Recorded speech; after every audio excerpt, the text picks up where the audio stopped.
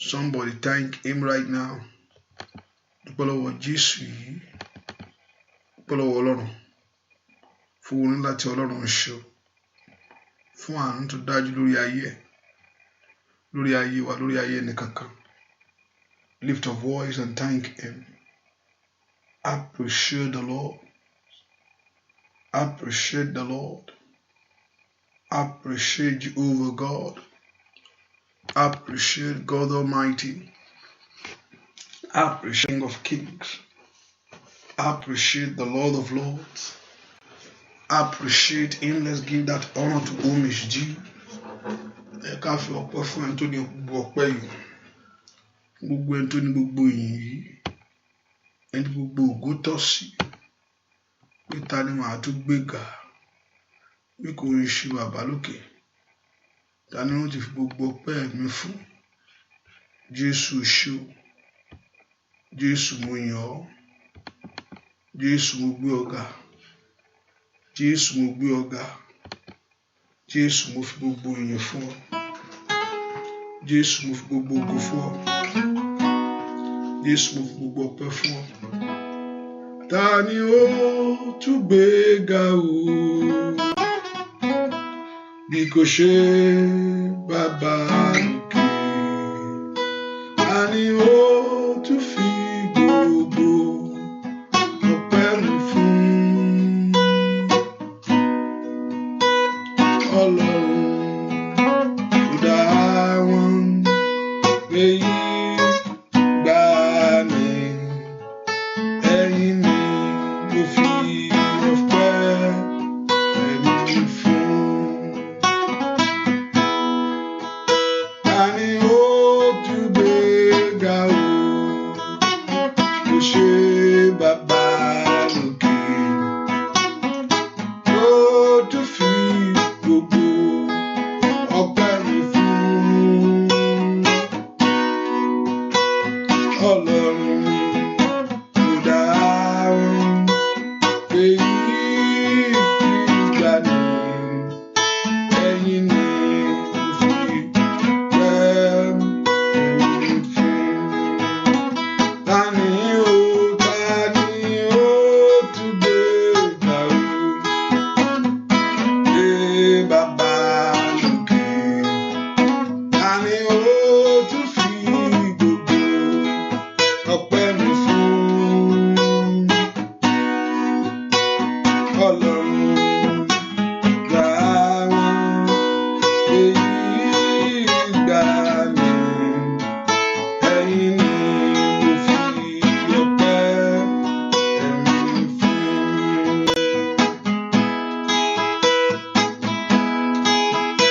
Ẹ̀yin a fi ọpẹ́ wá fún. Dúpẹ́ lọ́wọ́ Ọlọ́run. Ẹ̀yin ni a fi ọpẹ́ wá fún. Ẹ ká dúpẹ́ lọ́wọ́ Ọlọ́run fún àárọ̀ yìí tó jí wa sí ìmọ́lẹ̀ àlàyé. O ṣé Olúwa, mo yìn ọ́ o Olùgbàlà. Ìfẹ́ rẹ tí mi ò kọ̀. Bóyá o ṣé Olúwa, o ṣé Olúwa. Ìfẹ́ rẹ sí mi ò kọ̀. Ṣé o bàbá alágbára gíga o, bàbá mi àgbà. Kábíyèsí ńlá, Olódùmarè bàbá ńlá. Abániṣe òde ọ̀run.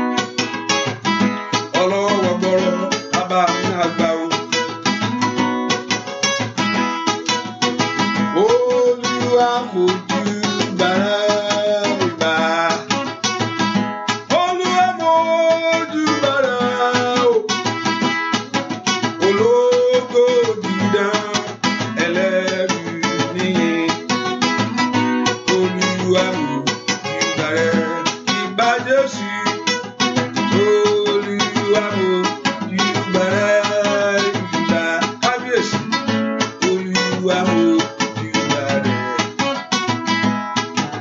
Ológo dídá ẹlẹ́rù ni,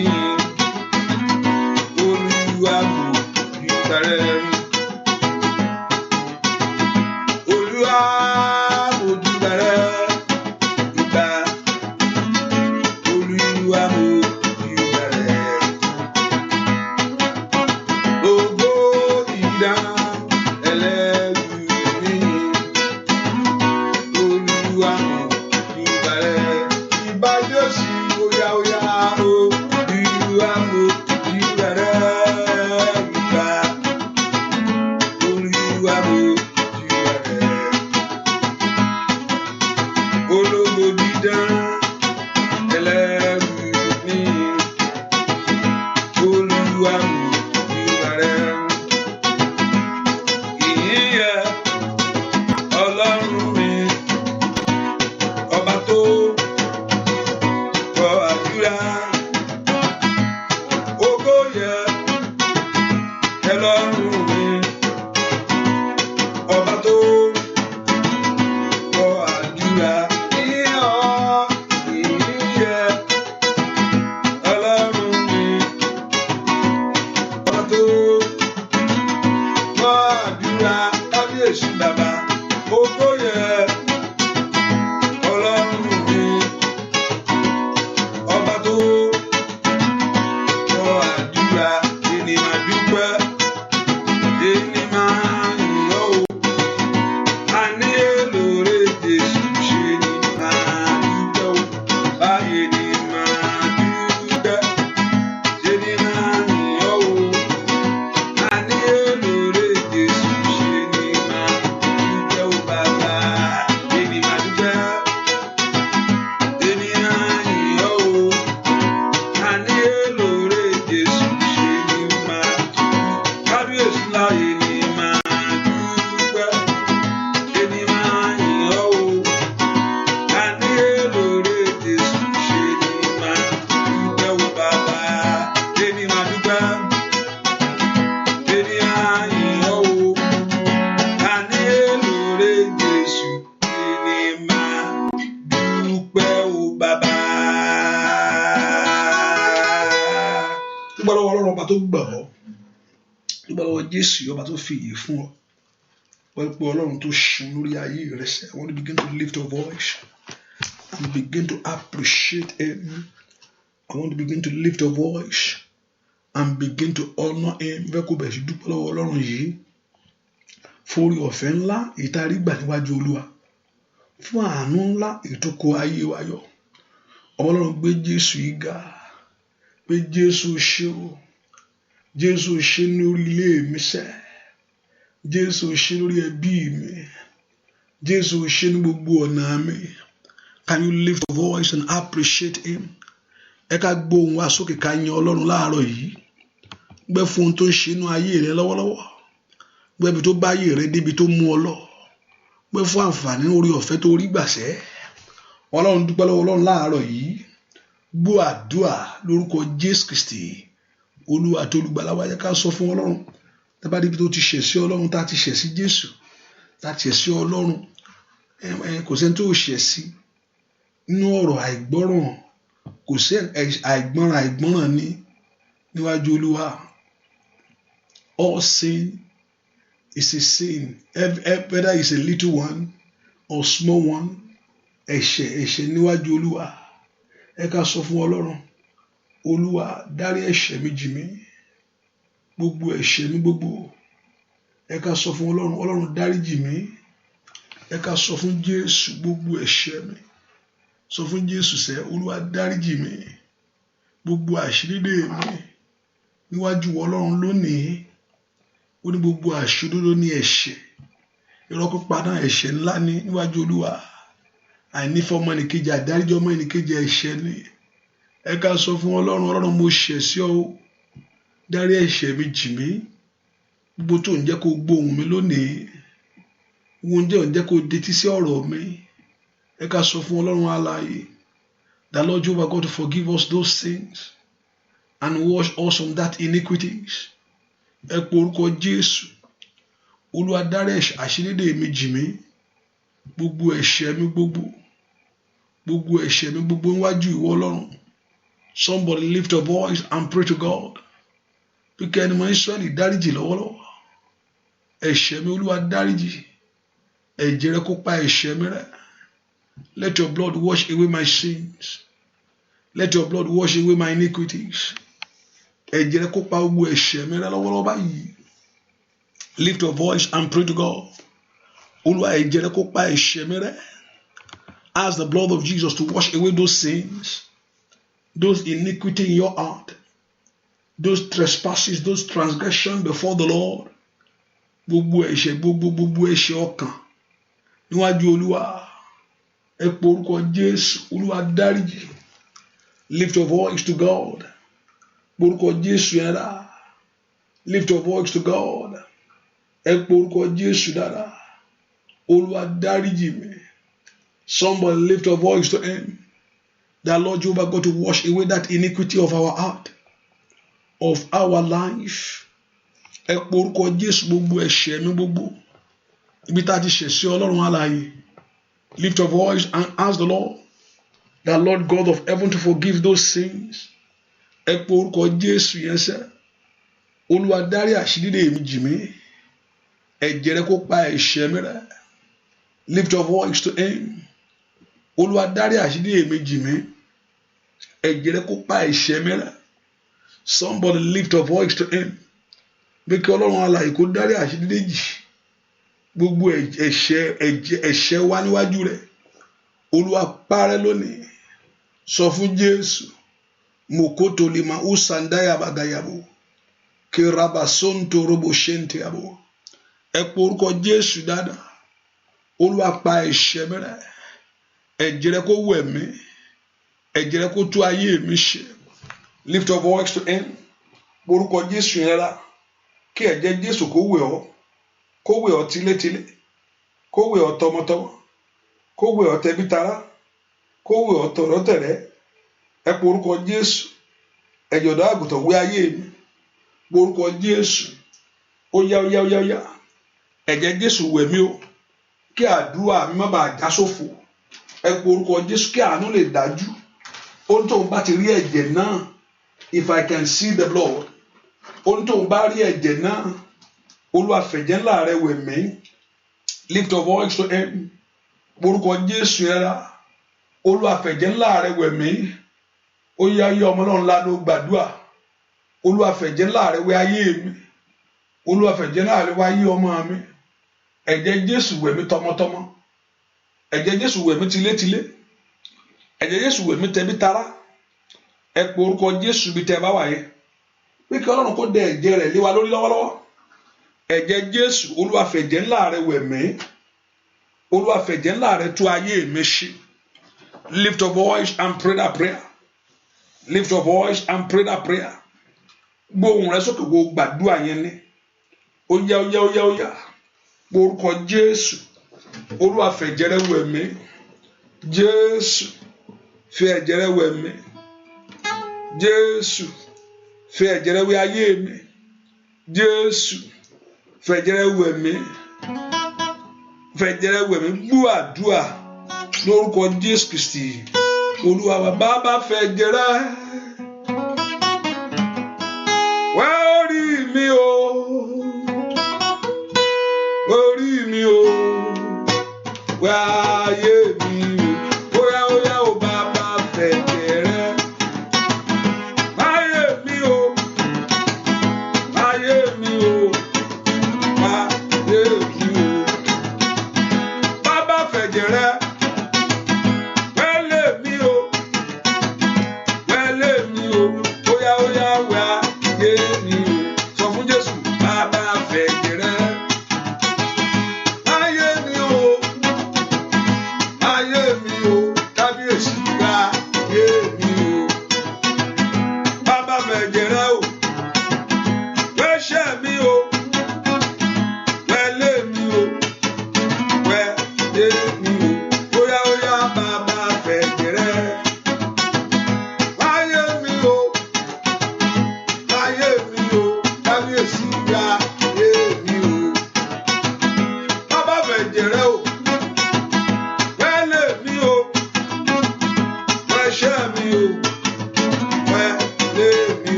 ti wò ní. Ẹ̀jẹ̀ Jésù kó wẹ ayé ọmọ rẹ gbogbo. Óyá kọ́lọ́run kó fi ẹ̀jẹ̀ náà kó wẹ ayé rẹ ní. Bàbá fẹ̀jẹ̀ rẹ wẹ́lẹ̀ mi o, wáyé mi o, kábíyèsí ayé mi o. Óyá bàbá fẹ̀jẹ̀ rẹ wáyé mi o, wáyé mi o, wáyé mi o. Bàbá fẹ̀jẹ̀ rẹ wórí mi o, wórí mi o, wórí mi o. Ẹ pé orúkọ Olúwa fẹ̀jẹ̀ rẹ wẹ̀ mí, Olúwa fẹ̀jẹ̀ rẹ tú ayé mi ṣe, Olúwa fẹ̀jẹ̀ rẹ ṣàánú fún mi láàárọ̀ yìí. Ó ní tó ń bá rí ẹ̀jẹ̀ náà bẹ́ẹ̀ kó béèrè fún ẹ̀jẹ̀ náà lọ́wọ́lọ́nú ayé rẹ pátápátá, pé kí ẹ̀jẹ̀ náà kó bẹ̀ ṣàn lórí rẹ. Ẹ̀jẹ̀ Jésù ṣàn lórí mi lónìí. Let that blood begin to flow over your life. Ẹ̀jẹ̀ Jésù ṣànú ilé mi, ẹ̀jẹ̀ Jésù ṣànú ayé àwọn ọmọ mi. Ẹ pe orúkọ Jésù, Olúwa jẹ́ kí ẹ̀jẹ̀ rẹ ṣàn ní ọ̀nà mi gbogbo. Can you lift your voice to pray? Ẹnìkan gbàdúrà yẹn màkàdá yàdàbà wo sóńtò lágàbà. Orúkọ Jésù, Olúwa jẹ́ kí ẹ̀jẹ̀ rẹ ṣàn lórí mi. Lift your voice to pray. Kandaya la masunto kayaba. Lift your voice to God. Ẹ̀jẹ̀ rẹ kó ṣàn lórí mi. Can you pray and ask the Lord? You need that blood to begin to flow in every areas of your life. Ẹ̀jẹ̀ Jésù bẹ̀ sí ṣàn ní gbogbo ọ̀nà mi gbogbo. Ọmọdé ńlá ló gbàdúrà pé Jésù yẹn ní Mukonda ya baba babo sonto lekelebo. Malandelebo kontelebo koshandiaba. Landelebo kontorebo sentelebo. Orúkọ Jésù, Olúwa jẹ́ kí ẹ̀jẹ̀ rẹ ṣàn lórí mi lónìí. Mayida gozugada gadaba. Lift your voice to pray. Lift your voice to tell the Lord that the blood of Jesus begin to flow over your life. La katora bakasonto yaba. It's time for the blood. Ika àkókò fún ẹ̀jẹ̀ náà. Le sunto korabate kelebo. Àkókò náà fún ẹ̀jẹ̀ náà kó ṣàn lórí ayé rẹ. Somebody pray that prayer. Olúwa jẹ́ kí ẹ̀jẹ̀ rẹ ṣàn ní ayé mi lónìí. Lift your voice to him. Makadole masonto leba. Somebody pray that prayer. Lakadalaba. La kondora baka sonto lekeba. Rapasonto le makoso toleba. Mato rozike telebo. Rapasondo le makayaba. Langada baba. Lezuko torebo koyaba. Landelebo sunto kolebo. Somebody lift your voice to God right now. Epi orúkọ Jésù yẹn ni. Ledeke telebo. Maya gada gadaba. Lesinterebo. Somebody lift your voice to God.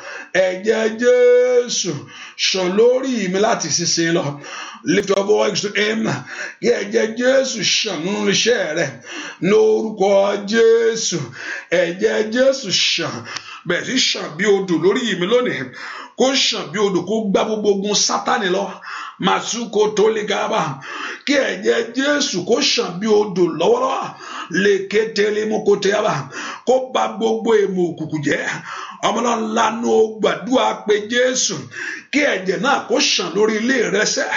Gbogbo àmì àṣetì, gbogbo àmì ìdánimọ̀ fún àmúbọ́ ní orúkọ Jésù. Gbogbo àmì ìdánimọ̀ fún kàtólì màkà ìtìjú láyé. Ẹ̀jẹ̀ Jésù ṣàn ó yábẹ̀ sí fọ́. Ọmọlá ńlá ní o gbàdúrà pé Jésù lọ́wọ́lọ́wọ́ kí ẹ̀jẹ̀ náà lè kẹ́tò rabakata. Lè sondo yẹ kẹ́tẹ́lẹ́bọ̀. Malaparapatótó lè kẹ́lẹ́bọ̀. Orúkọ Jésù ẹ̀jẹ̀ náà kó ṣàn lórí ayé mi. Somebody pray that prayer. Ẹnìkan gbàdúrà yẹn sẹ́. Làkàtó lè má kàtàyàbà. Ẹnìkan gbàdúrà yẹn pé Jésù yẹn lokoto rebo ko ṣekelebo. Orúkọ Jésù ẹ sọ fún Ọlọ́run. Ẹ̀jẹ̀ Jésù ṣàn lórí ayé mi lọ́wọ́.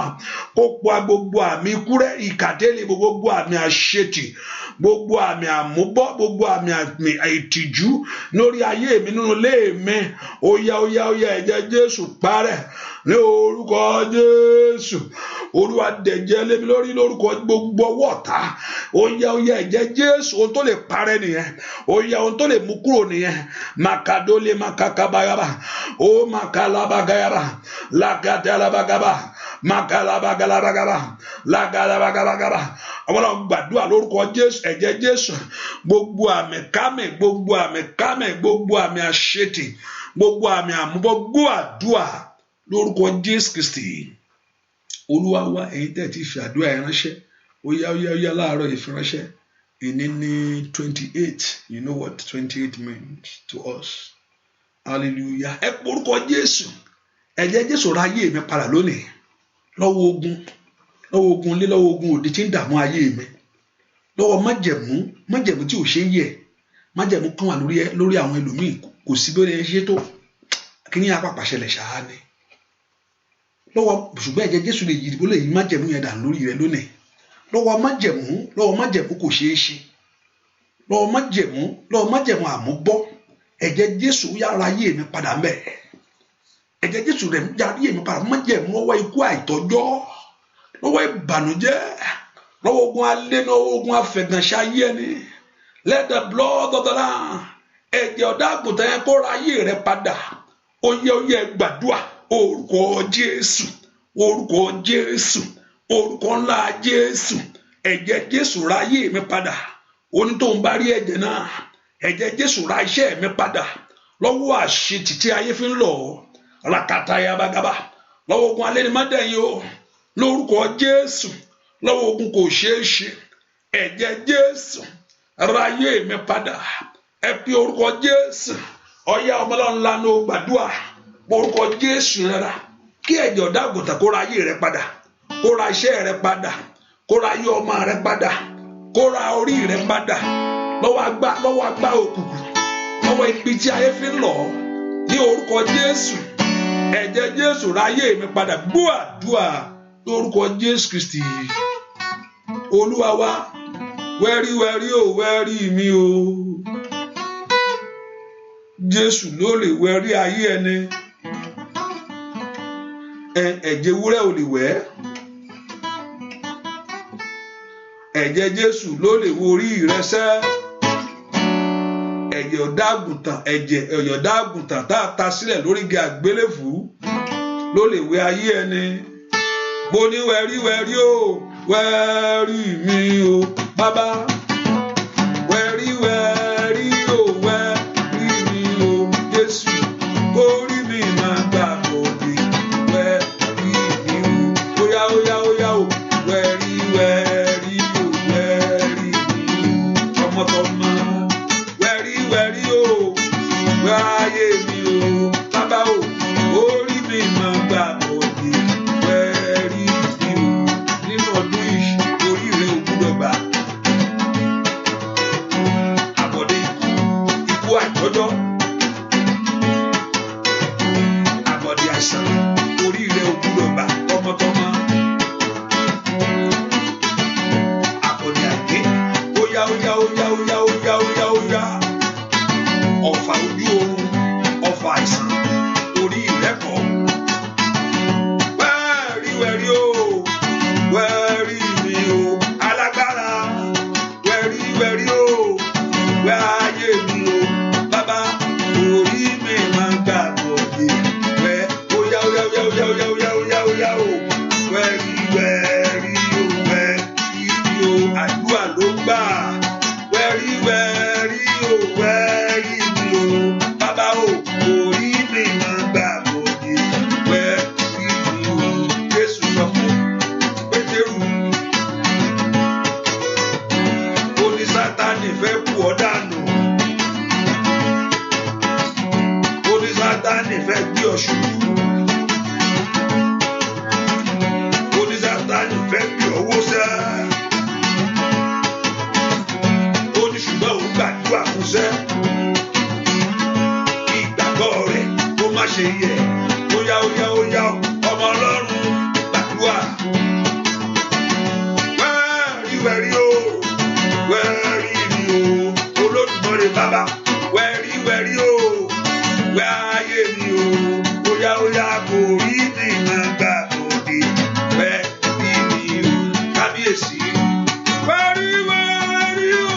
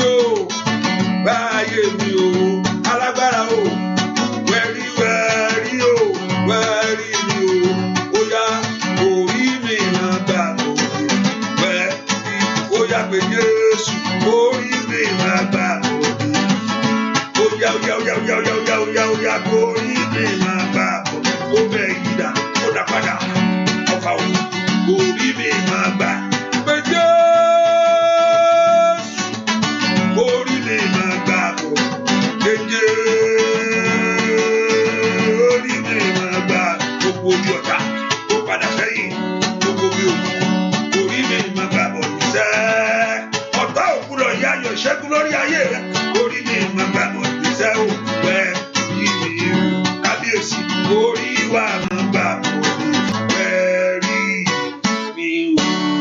Ẹ pé orúkọ Jésù. Olúwa yí padà. Olúwa dá ibi òkùnkùn padà. Olúwa dá ibi ọ̀tá padà lórí ayé mi.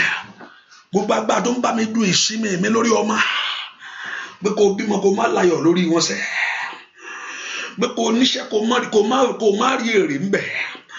Gbogbo agbára tó bá mi dùn èrè lórí iṣẹ́ mi sẹ́, gbogbo agbára tó bá mi dùn ayọ̀ ìgbàlà pé mo mọ̀ ọ́, ẹ pe orúkọ Jésù. Orí mi ò gbọdọ̀ gbà, ẹ̀yin ogun ọ̀run ẹ dá padà. Àwọn lànà pé Jésù làkóńdó ya kapa yìí máa súndó ya bá. Ẹ pe orúkọ Jésù. Olúwa wẹ orí mi lónìí. Orí rẹ ò gbọdọ̀ gbà bọ̀dẹ̀ yẹn sẹ́. Àbọ̀dẹ̀ ikú yẹn orí rẹ ò gbọdọ̀ gbà. Kòdò yìí mà wọ́n sàdídì màkú sàdéli ẹ̀dá. Ẹ pe orúkọ Jésù. Olúwa wẹ orí mi lónìí. Ìbànújẹ́ ò gbọdọ̀ wọnú lé mi sẹ́. Amúlá ńlá ló gbàdúrà ń bolo wà. Mo kò sọ́ńdò yẹ kékeré bukute yaba. Ẹ pe orúkọ Jésù. Lèkété ayọ̀ rẹ ò gbọdọ̀ sọnù lọ́dún yìí. Olúwa wẹ orí mi lónìí gbogbo àmì. Gbogbo àmì, gbogbo àmì, gbogbo àmì. Ní orúkọ Jésù. Gbogbo àmì kọ́dọ̀ mo sọ́ńdò yagaba. Kọ́dọ̀ mo kó sàdá yaba. Búàdúà lórúkọ Jésù Kristi. Olúwa wá. Jẹ́ mo rí ẹ tó ń jẹ́ Teresa àbí mo rí ni? Ṣé mo rí lórí list ni àbí mo something going on? Teresa. Kọ́lọ́run kó gbàdúrà fún yín o. Ire ò ní sọnù nínú ayé rẹ lónìí. Ògo Olúwa kó bú jáde. Ògo Olúwa kó bú jáde nínú ayé yìí. Ìmọ́lẹ̀ yín ò ní di òkùnkùn. Ọwọ́ Olúwa kó kàn yín. Ọwọ́ Olúwa kó kàn yín. Ọwọ́ Olúwa kó kàn yín. Kẹ́rí àánú Ọlọ́run gbà. Kẹ́rí àánú Ọlọ́run gbà. Ẹ pe orúkọ Jésù. Àkókò ti tó. Olúwa gbà mí. Jẹ́ n débi ayọ̀ mi. Olúwa gbà mí. Jẹ́ n débi àṣeyọrí mi láyé. Mi gbọ́dọ̀ gba ayé wa wòran o. Mi gbọ́dọ̀ bá wọn ka nọ́mbà nìkan. Ọ̀pọ̀lọpọ̀ ọjọ́ orí ló ní. Ọjọ́ orí ò ń ṣe kankan o. Ó dáa kọ́lọ́run fún yàn lórí ọ̀fẹ́ ọjọ́ orí yẹn tó bá dáa. Ọjọ́ orí pẹ̀lú rénú pẹ̀lú ẹ̀ní. Ní dàgbà yà. Àgbà àǹtí wo ni ẹlẹ́jọ́ kó sí kan brọ́dà wo ni ẹ̀wùkílẹ̀. Ẹ pọ orúkọ Jésù. Ẹ ò gbọ́dọ̀ jọjọ́ orí nìkan o.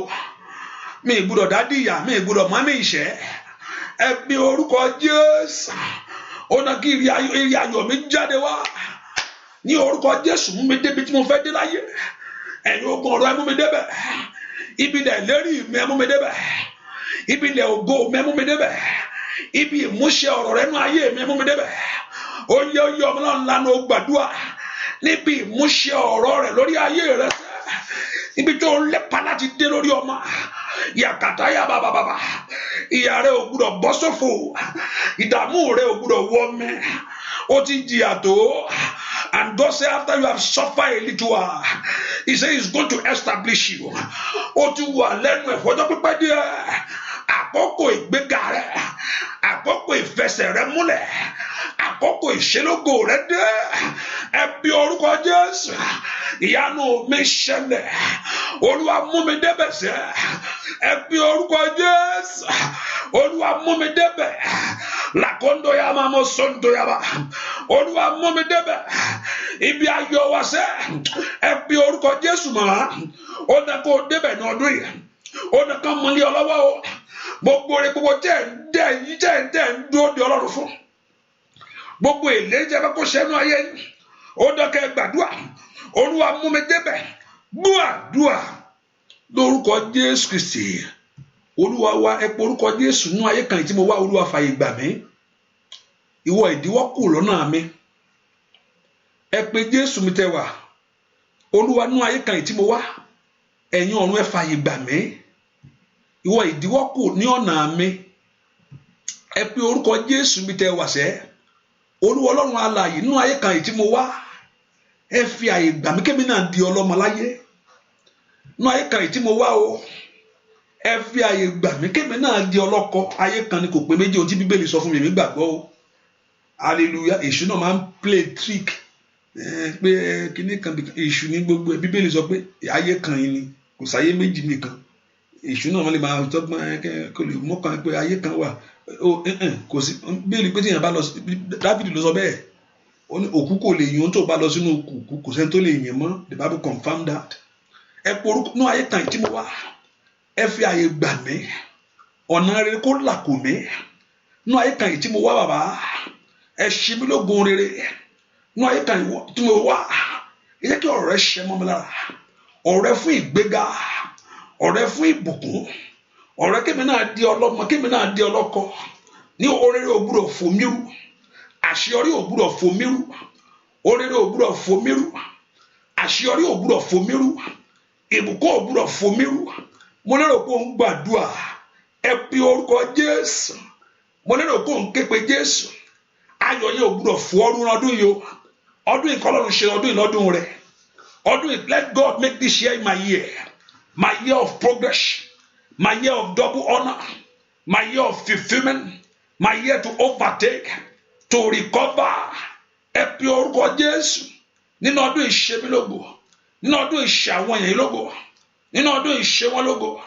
Ẹ pe orúkọ Jésù ṣe ayé àwọn èèyàn lógo, ṣe wọn lógo, ṣe ilé wọn lógo, ṣe ayé ọmọ wọn lógo, ṣe ọ̀nà wọn lógo, ṣe ìdáwọ́lé wọn lógo.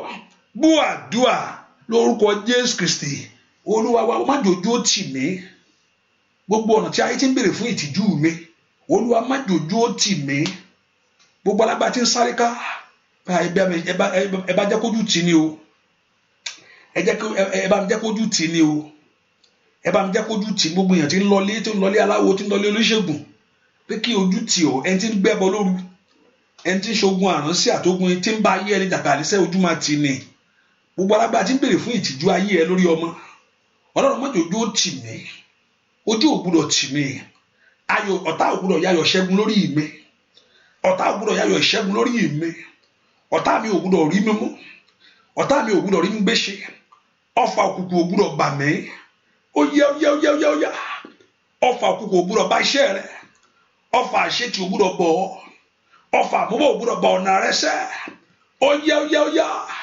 ojú ògbúdọ̀ tì mí yíká tó lè máa sún tó yaba ẹ pe orúkọ Jésù aláàánú mi dàsẹ́ aláàánú ayé rẹ dà ẹ pe orúkọ Jésù ojú ògbúdọ̀ tì mí ọ̀run dìde fún ìrànlọ́wọ́ mi Olúwa dìde fún ìrànlọ́wọ́ mi Jésù dìde fún ìrànlọ́wọ́ mi gbọ́ àdúà lórúkọ Jésù Kristi Olúwa wa gbé aláàánú dìde fún mi bàbá gbé aláàánú dìde fún mi o gbé aláàánú dìde fún mi bàbá gbé aláàánú dìde fún mi o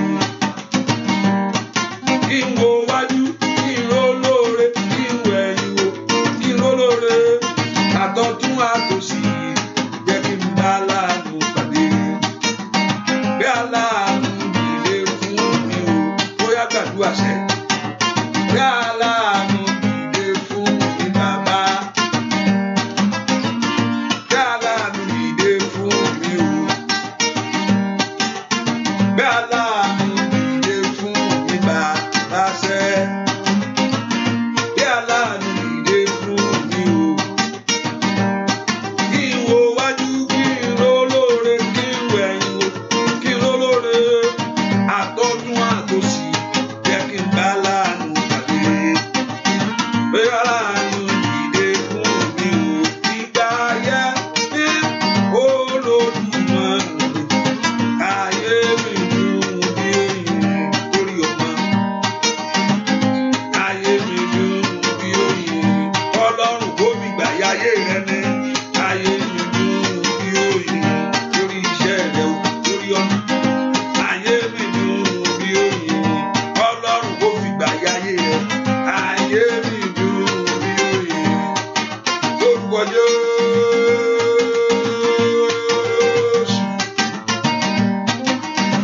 ayé mi dùn bí oyin ayé mi dùn bí oyin ní gbogbo ọ̀nà mi ayé mi dùn bí oyin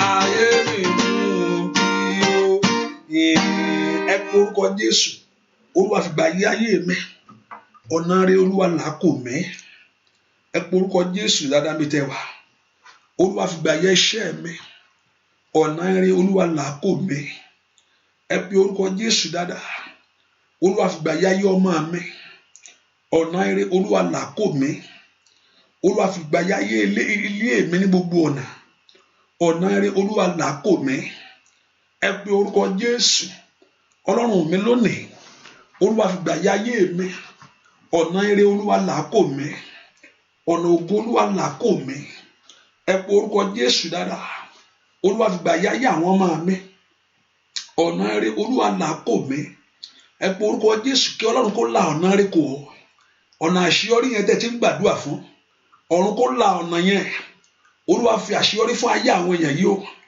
Olúwa fi ìbùkún fún ayé àwọn èèyàn yìí o Olúwa fi ìṣelógo fún ayé àwọn èèyàn yìí o ọ̀nà rere Olúwa là kò wọ́n ní orúkọ Jésù lè kàdó máa kú ṣàtẹ́yàbá làkọ́lé yàbá bó sùn tó yàbá rakatoli makataba ní orúkọ Jésù lè kàtàlí máa kó ṣàtẹ́yàbá ẹ pé orúkọ gbọ́ àdúrà lórúkọ Jésù Kristi Olúwa wẹnìkan sọ fún Jésù bí tó wà sẹ́ Olúwa jẹ́ òrìṣà ayé mi Olúwa jẹ́ òrìṣà ilé mi níyà ìdílé mi níyà lónìí let God punish the idol of your family òrìṣà ilé rẹ mi sọ pé òun ṣe òrìṣà mi sọ pé òun sin òrìṣà o ohun tó ń bẹ ní òdìlé tó wà ní ilé yẹn èyí tó ń yọ ilé yẹn lẹ́nu Olúwa jẹ́ níyà lónìí gbogbo òrìṣà ilé Egypt ni Ọlọ́run jẹ níyà ọ̀pọ̀lọ́ ni river Nile ni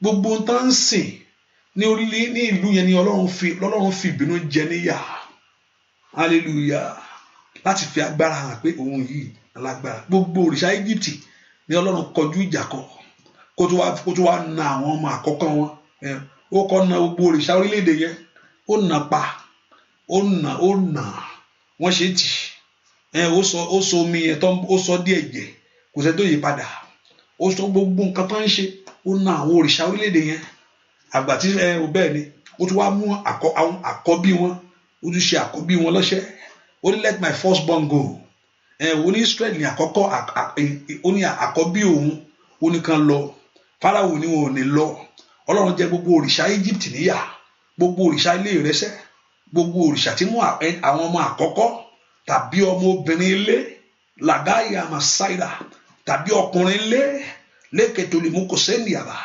òrìṣà náà lé ní orúkọ Jésù làkàndà àbá ọkà sàtìlẹ́wò Olúwa jẹ́yà lónìí òrìṣà ilé wa lónìí Olúwa jẹ́yà lónìí gbogbo kàtà níbi àìmọ̀kan ní kàtà yabakaraba ètò yìí sílẹ̀ fún Sátánì Olúwa jẹ́yà lónìí ní orúkọ Jésù Olúwa jẹ́yà lónìí ogun léyìn kó Olúwa kó jẹ́yà gbogbo ogun tó mú àwọn ọmọ ìdílé lẹ́rú gbogbo tó mú ọmọ ilé lẹ́rú gbogbo tó mú ọmọ lẹ́sìn amọ́nà ńlá ní o gbàdúrà Olúwa jẹ́yà lónìí ẹ pe orúkọ Jésù òṣàlẹ̀ mi Olúwa jẹ́yà lónìí òṣàlẹ̀ àwọn ọmọ mi Olúwa jẹ́yà lónìí amọ́nà ńlá ní o gbàdúrà Olúwa jẹ́yà pé Jésù sẹ́ jẹ́yà jẹ́ òṣàlẹ̀ mi yà ọmọlọ́run aláàyè pé orúkọ Jésù Olúwa jẹ́níyà òṣàlẹ̀ wa lónìí Olúwa jẹ́yà ní kayaba òṣà tí mú àwọn ọmọ àkọ́kọ́ sìn ní orúkọ Jésù tí mú obìnrin lẹ́sìn òṣà ilé ọkọ èyí tí ń dààmú ayé rẹ Olúwa jẹ́yà lónìí ní kayaba ó dẹ̀ kó bọ́ lọ́wọ́ ogun yẹn ó dẹ̀ kó bọ́ lọ́wọ́ ogun yẹn ó dẹ̀ kó bọ́ lọ́wọ́ ìjà yẹn ní orúkọ Jésù jẹ́yà lọ́wọ́ amúniṣẹ́rú ní orúkọ Jésù lọ́wọ́ amúniṣẹ́rú ní orúkọ Jésù lọ́wọ́ amúniṣẹ́rú ní orúkọ Jésù ní àwọn májẹ̀mú ẹkún ó dá kí ayé rẹ kó kú lọ́wọ́ májẹ̀mú ikú àìtọ́jọ́ ó yá òòṣà ilé mi Olúwa jẹ́yà lónìí gbọ́ àdúà lórúkọ Jésù Kristi Olúwa ẹ pé orúkọ ohun tó mú mi dààmú ohun tí ó mú ọkàn mi pòrúurú Olúwa má jẹ́ rí má jó pòórá ohun tó mú mi dààmú ohun tó mú ọkàn mi pòrúurú ẹ pé orúkọ Jésù Olúwa má jẹ́ rí má Olúwa jó pòórá. Can you lift your voice ohun tó mú ọ dààmú yẹn ohun tó mú ọ sunkún Olúwa má jẹ́ n rí mọ́, Olúwa jọ̀ọ́ pòórá. Ọlọ́run lanu gbàdúrà orúkọ Jésù, orúkọ Jésù, orúkọ Jésù. Ohun tó ń dààmú ayé mi, ohun tó ń mú mi ń banújẹ́, ọ̀run parẹ́ lónìí. Olúwa má jẹ́ n rí mọ́. Can you lift your voice and pray? Failure yẹn kó pòórá nínú ayé rẹ ni o. Ní orúkọ Jésù, ohun tó mú ọ sunkún yẹn, ohun tó mú ọ dààmú yẹn, Olúwa má jẹ́ n rí mọ́. O ò gbọ́dọ̀ rí àṣetì yẹn mọ́, o ò gbọ́dọ̀ rí àmúbọ̀ yẹn mọ́, o ò gbọ́dọ̀ jìyà yẹn mọ́, òfò yẹn ò gbọ́dọ̀ mú mọ́ o. Ní orúkọ Jésù, ohun tó mú mi sunkún, ohun tó mú mi dààmú, Olúwa má jẹ́ n rí mọ́. Ẹ pe orúkọ Jésù, Olúwa má jẹ́ n rí mọ́. Ẹ pe orúkọ Jésù, Olúwa má jẹ́ n rí mọ́. Ohun tó ń ṣẹlẹ̀ sí ọ yẹn, ọmọ tó ń gbàdúrà fún, òun ni kò sọ pé ò gbọ́dọ̀ rí mọ́. Àrílé ọkọ gbé yẹn o, àìrọ́mọ bí yẹn ni o, ní orúkọ àìríṣẹ́ṣe yẹn ni o, àìlówó lọ́wọ́ yẹn o, àìláṣeyọrí ohun kankan o, ní orúkọ Jésù àìsàn náà àgọ́ ara ní ohun tó ń dààmú ọkàn rẹ tó fi wọnú àdúrà yìí kó pòórá, kó pòórá, kó pòórá, kó pòórá, kó pòórá, kó pòórá. Ẹ pe orúkọ Jésù, kó pòórá ní orúkọ Jésù. Mi ì mọ tó ń gbàdúrà fún yẹn, bọ̀ sọ fún Ọlọ́run alààyè, o ò fẹ́ rí àṣetì yẹn mọ́, mi ì fẹ́ rí àṣetì yẹn mọ́. Ní orúkọ Jésù, mi ì gbọ́dọ̀ rí àmúbọ̀ yẹn mọ́ nínú ayé mi, mi ì gbọ́dọ̀ rí ìtìjú yẹn mọ́ lórí iṣẹ́ mi. Gbàdúrà sẹ́, o ò fẹ́ rí mọ́, o ò fẹ́ rí mọ́, mi ì fẹ́ rí mọ́. Gbọ́ àdúrà lórúkọ Jésù Kristi. Olúwa wa, Olúwa bá ọ wí o. Sátánì, Olúwa bá ọ wí o. Nínú iṣẹ́ mi, Olúwa bá ọ wí o. Sátánì, jáde, jáde, jáde. Ọba ògo bá ọ wí, Olúwa bá ọ wí o. Bàbá, Sátánì, Olúwa bá ọ wí o. Lórí iṣẹ́ mi, Olúwa bá ọ wí o. Sátánì, jáde, jáde, jáde. Alágbára bá ọ wí sẹ́, Olúwa bá ọ wí o. Sátánì, kábíyèsí bá ọ wí o. Lórí iṣẹ́ mi, Olúwa bá ọ wí o. Sátánì, jáde, jáde, jáde. Ọba ògo bá ọ wí sẹ́, Olúwa bá ọ wí o. Àdúrà, Sátánì, Olúwa bá ọ wí o. Lórí iṣẹ́ wa, Olúwa bá ọ wí o. Óyá, óyá o. Sátánì, jáde, jáde, jáde. Sọ fún Jésù, Olúwa bá ọ wí o. Ogun ilé, Sátánì, Olúwa bá ọ wí o. Lórí iṣẹ́ mi, Olúwa bá ọ wí o. Sátánì, jáde, jáde, jáde. Alágbára bá ọ wí o. Olúwa bá ọ wí o. Kábíyèsí, Sátánì, Olúwa bá ọ wí o. Lórí iṣẹ́ mi, Olúwa bá ọ wí o. Sátánì, jáde, jáde, jáde. Orúkọ Jésù nínú ayé mi ò ráyè mọ́. Iṣẹ́ rẹ parí lónìí, iṣẹ́ rẹ tán. Gbogbo ìkólọ mi padà wá. Jẹ́ kó orúkọ Jésù, gbogbo ohun tí ọ̀tá ṣe nínú ayé ó dópin lónìí. Ìwọ ìtìjú dópin nínú ayé mi, ìwọ àmúbọ́ dópin nínú ayé mi. Èmi ò mọ tó bá wọnú àdúrà yìí. Mo fẹ́ kó bẹ̀ sọ fún Ọlọ́run, ó mọ tó ń ṣe ọ́. Làkáyà máa mo so tó yaba. Ó mọ tó ń ké pe Jésù fún. Ó mọ tó mú ọkàn ẹ pòrúurú. Ẹ pọ orúkọ Jésù, Olúwa bá ọ wí. Ẹ jáde nínú ayé mi. Ìwọ àṣetì, ìwọ àìsàn yìí. Tó bá jẹ́ àìsàn ni, ìwọ àmúbọ̀ yìí, àìrólóore àráràánú yìí. Ní orúkọ Jésù, ogun ojú kan yìí, ẹ pe orúkọ Jésù. Olúwa bá ọ wí ní ọ̀nà mi gbogbo. Can you lift your voice and pray? Rakata lima koto kolima kata leketiri mokoto kede mokoto yaba. Ìgbèkùn ojú oorun, ìgbèkùn ojú àlá. Oya. Rapato tolika ogun àìní tẹ̀síwájú rere. Ẹ pe orúkọ Jésù. Olúwa bá ọ wí lónìí nínú ayé mi, nínú ọ̀nà mi gbogbo. Gbogbo agbára jínigbé asọ̀rọ̀ èdò fún wa. Gbogbo agbára tó fẹ́ kó rí ìyanu àdúrà. Olúwa bá ọ wí lónìí. Somebody begin to rebuke those things. You know what is going on in your life. Gbọ́ àdúrà lórúkọ Jésù Kristi. Olúwa wá, èmi ò sọ pé nǹkan ń ṣe ọ́. I'm not saying something is going on. Ohun tó ń ṣe tí èmi I don't know. Ohun tẹ́ mọ̀ pé ẹ̀fẹ́ yẹn mo fẹ́ kẹ́ ẹ sọ fún Olúwa bá wí jáde. Sọ pé ìwọ tó ń ṣiṣẹ́ tí ò lákòjọ ni. O ti wò títí gbogbo ọ̀nà ló ti gbà. Àkójọ ni ò ṣẹlẹ̀.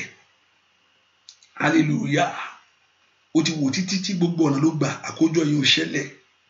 O ti ṣe títí o rọ́mọ bí. Kò sí wọ́n dẹ̀ sọ pé gbogbo mẹ́dúkù kíní ló dá. O ṣáà ń ṣe òòrí kò ṣẹlẹ̀. O dé lu gbogbo èèyàn lọ́wọ́ fún. Bá ti kan tiẹ̀ gbogbo wá bó ti o ti parí wọn fún yàn mọ́. O ṣe tó lórí ọmọ.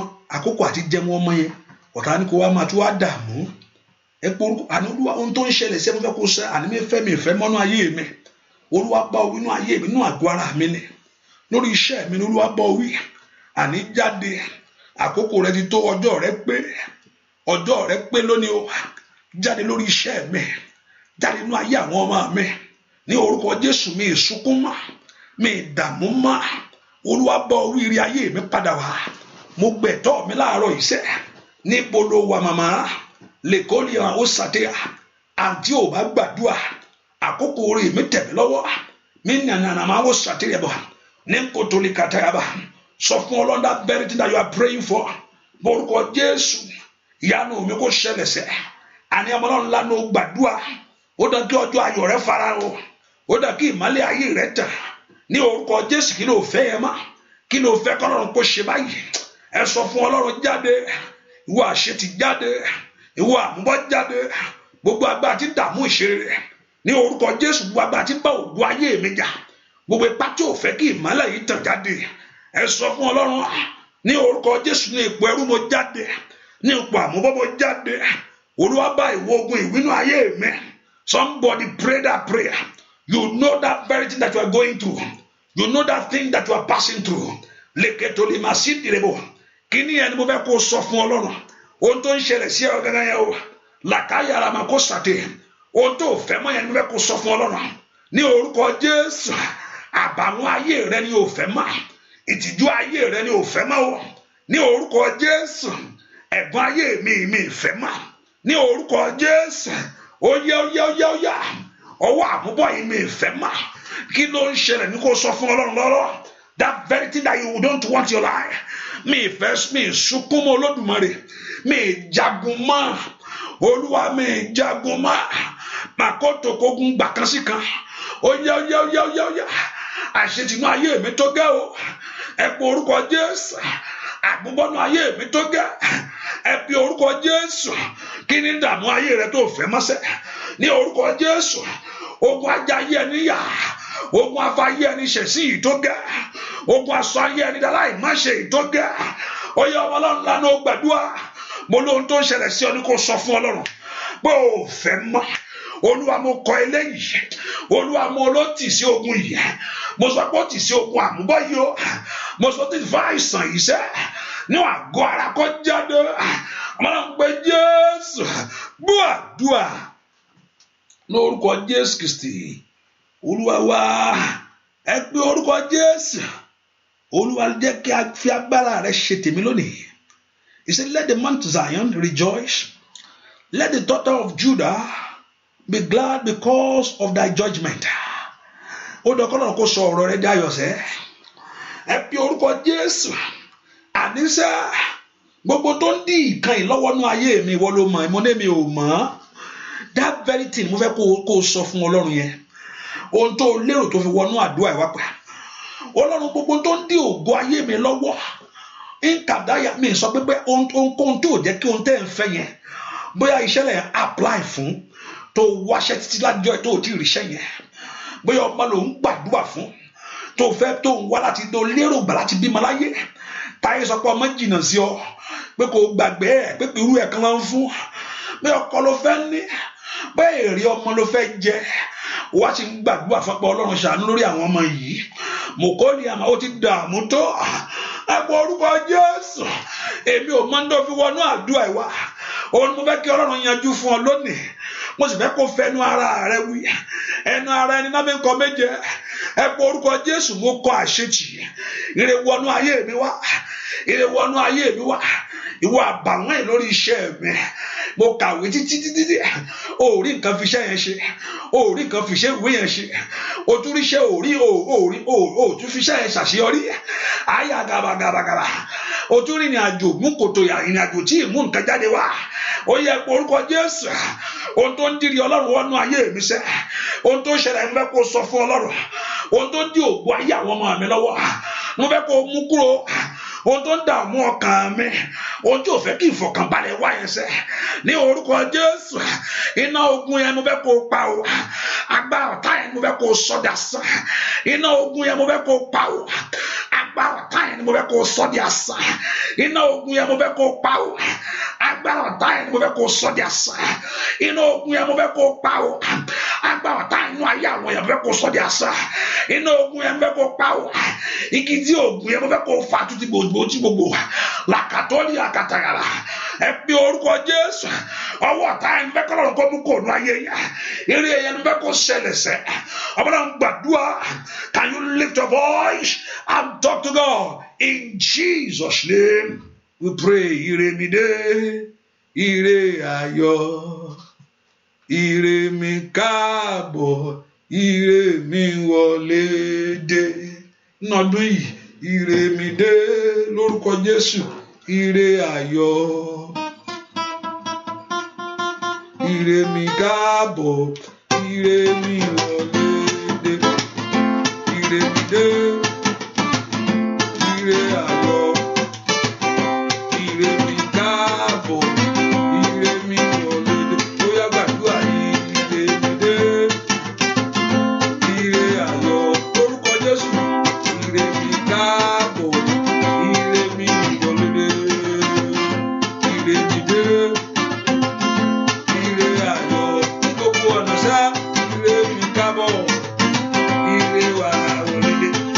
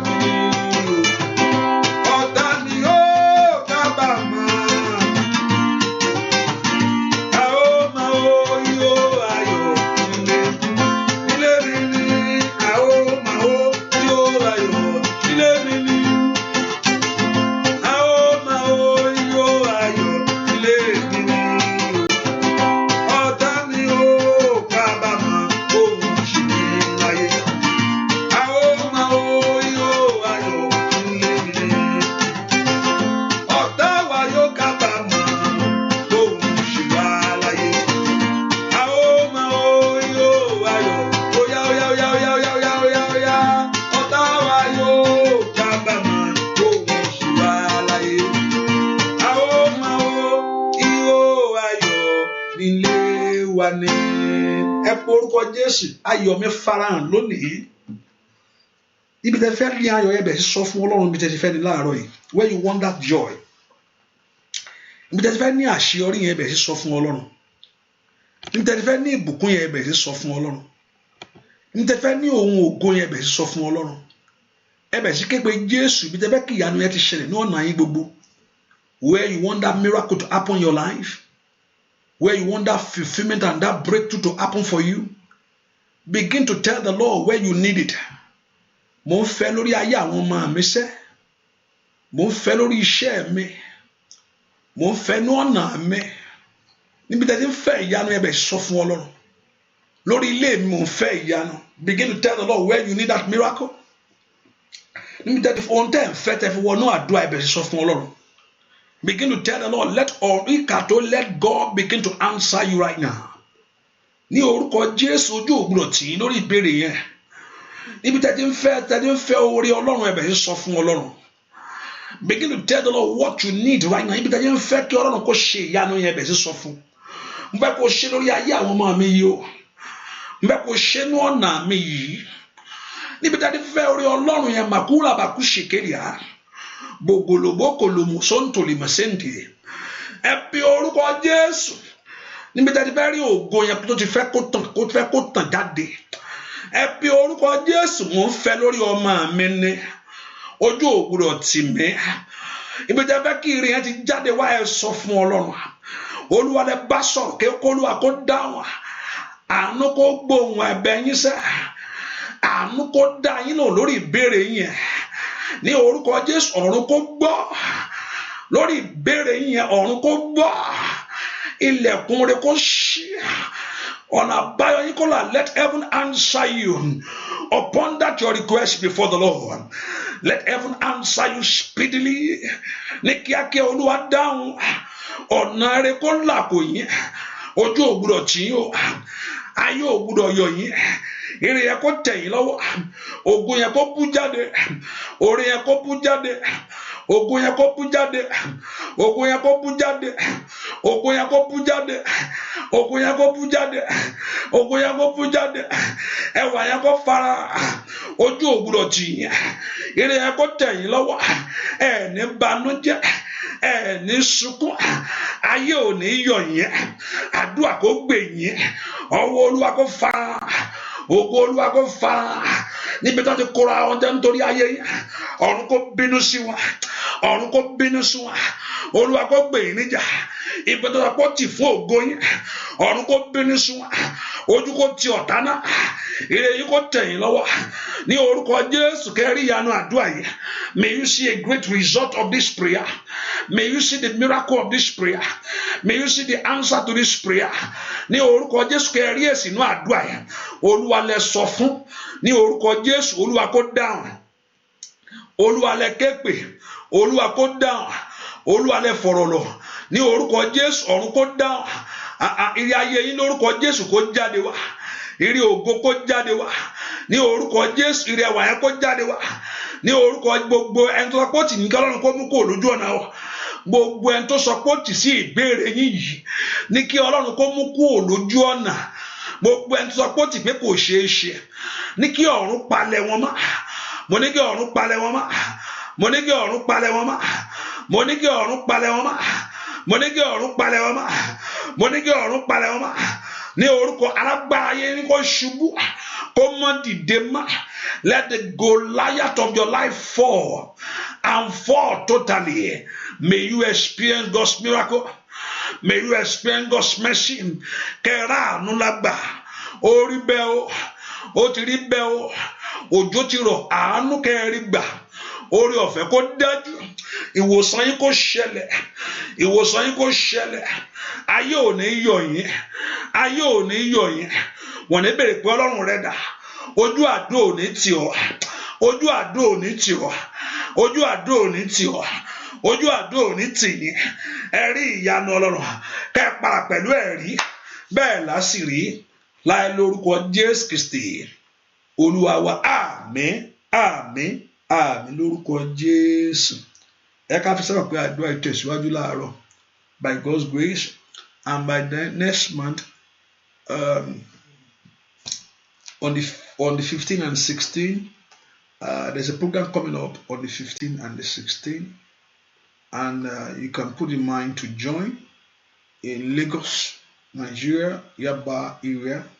I've been saying the flyer has a little delay, that's why you have not yet seen the flyer. And by God's grace, the flyer is going to be out very soon, maybe today. So you can know, for those that you want your family to attend, you can just let me know. I can send the flyer to you so you can be partaker of God's blessing. And I pray the Lord God of heaven will answer you speedily in the name of Jesus. Nínú àdúrà yẹn, mo pé Olúwa yóò dá ẹ lóhùn, Olúwa yóò ṣe fún yín, ojú òní tí gbogbo àwọn tó ń bọ̀, ẹ̀rí ọ̀rọ̀ rẹ̀ yóò fi múlẹ̀ fún yín. Olúwa yóò fi ẹ̀rí ọ̀rọ̀ rẹ̀ múlẹ̀ fún yín. Olúwa yóò fi ìṣẹ́gun fún ayé. Bẹ́ẹ̀ lásìrí. Láì lórúkọ Jésù, you get yourself ready. You can tell your family to be there by God's grace. And I know the Lord your God will answer you speedily. If you need the flyer, you can just text me and I can forward the flyer to you, 240-593-2570. I know the Lord your God will just 2 days program. I know the Lord your God will answer you and give you that victory that you need in Jesus' name. Àdúrà tẹ́ gbà lénìí kó wá sí ìmúṣẹ o. Olúwa kó ṣe bẹ́ẹ̀ fún yín, kójú má ṣe tì yín o. Bẹ́ẹ̀ ni ó sì rí. K'Olúwa kó yọ omi ẹ̀sú. Gbogbo àwọn tó ń wọ́ ọmọ, k'Ọlọ́run kó dá yín lóhùn. Olúwa kó ṣí yín nú. Gbogbo tí Ọlọ́run ti fún yín, Sátánì ò ní gbà dànù. Ọmọ rẹ ò ní sọnù mọ́ ọ lọ́wọ́. Ò ní mọ bójú ọmọ láyé. A ní mọ bójú ọmọ. Lórúkọ Jésù, àwa náà ẹ̀mí gígùn k'Ọlọ́run fi tẹ́ wa lọ́rùn. A ní lo ayé nú ìyà o. Ìkẹyìn ayé wa a ní lò nú ìbànújẹ́. Ní orúkọ Jésù, a ní rí ìkorò. K'Olúwa kó dá wa sí. Ká fi ayọ̀ lo ìgbà láyé. Bẹ́ẹ̀ ni ó sì rí. Láì lórúkọ Jésù Kristi, Olúwa t'agbára wa. Àmín. Àmín. Àmín lórúkọ Jésù. Hallelujah. Hallelujah. God bless you. See you in the morning by 6. Bye-bye.